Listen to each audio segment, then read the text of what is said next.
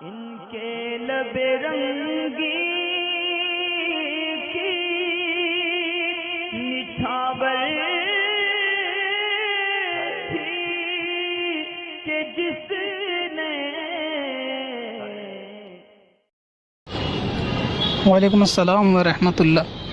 دلشاد احمد ہیں، دعا کے معاملے میں کنفیوز ہیں کہ دعا ہاتھوں کو اٹھا کر مانگنی چاہیے یا بغیر ہاتھ اٹھائے بھی دل میں مانگی جا سکتی ہے.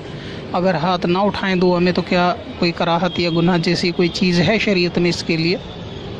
اصل میں فرض نماز کے بعد دعا اگر مانگی جاتی ہے یا نمازوں کے بعد عموماً یا خاص دعا کے اہتمام ہی کیا جائے، یعنی بندہ دعا کے ہی لیے بیٹھے، تو پھر دعا کرتے وقت ہاتھوں کا اٹھانا یہ سنت ہے.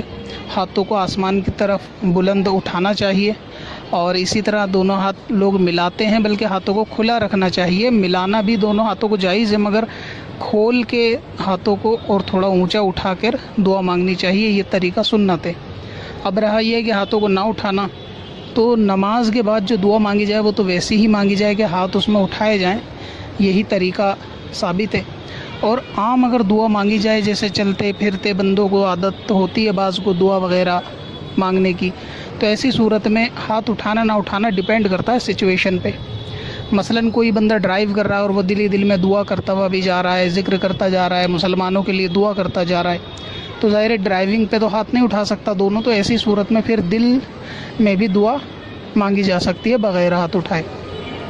اسی طرح بیٹھا ہے کسی مجلس میں، کسی محفل میں، خالی وقت میں، تو وہاں پر بھی اگر وہ بغیر ہاتھ اٹھائے دعا مانگے، دل میں دعا کرتا رہے کثرت سے، یا سفر میں ہے دعا کرتا رہے کثرت سے، تو پھر ہاتھ بغیر اٹھائے بھی دعا مانگے تو کوئی کراہت والی بات نہیں ہے. نماز میں سنت یہی ہے کہ دعا مانگتے وقت ہاتھوں کو بلند اٹھانا چاہیے، کیونکہ وہ تو خاص نماز اور دعا ہی کا اہتمام ہوتا ہے، تو وہاں تو ایسی کوئی رکاوٹ نہیں ہوتی کہ جو ہاتھ اٹھانے کے معنی ہو، تو اسی لیے وہاں ہاتھ اٹھا لینے چاہیے. باقی اگر کوئی بغیر ہاتھ اٹھائے دل میں دعا مانگے گا تو گناہ اس صورت میں نہیں ہے. اور بعض جگہ جہاں ہاتھ اٹھانا مناسب نہیں ہے وہ سچویشن میں نے بیان کر دی. پتھر میں اصل لالے پرنوار